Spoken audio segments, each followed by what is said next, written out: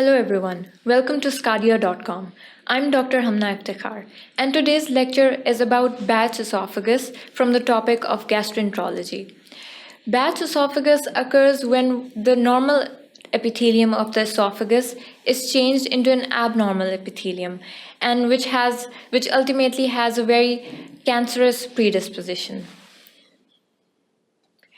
This topic is going to be consisting of 5 sections.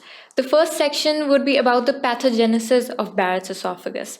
What are the physiological abnormalities which predisposes a Barrett's esophagus? And then what are the steps that takes place in the Barrett's metaplasia to occur? And then what is the role of epithelial cells in Barrett's esophagus?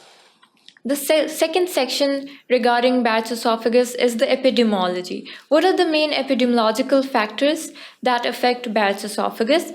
What are the cancerous risks and related things that are related to Barrett's esophagus? And ultimately, what does Helicobacter pylori infection have to do with Barrett's esophagus? This we'd be studying in the second section.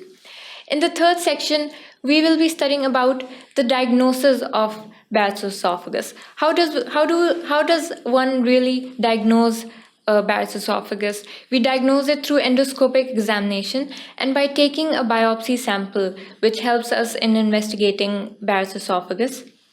And ultimately, we'd be studying about how do we literally classify the segments of Barrett's esophagus.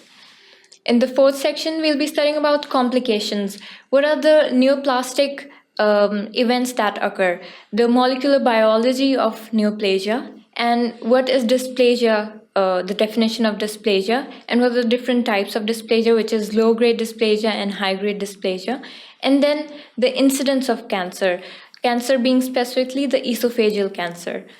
And then finally, in the fifth section, we'll be studying about the treatment of GERD, gastroesophageal reflux disease, which is one of the causes of Barrett's esophagus.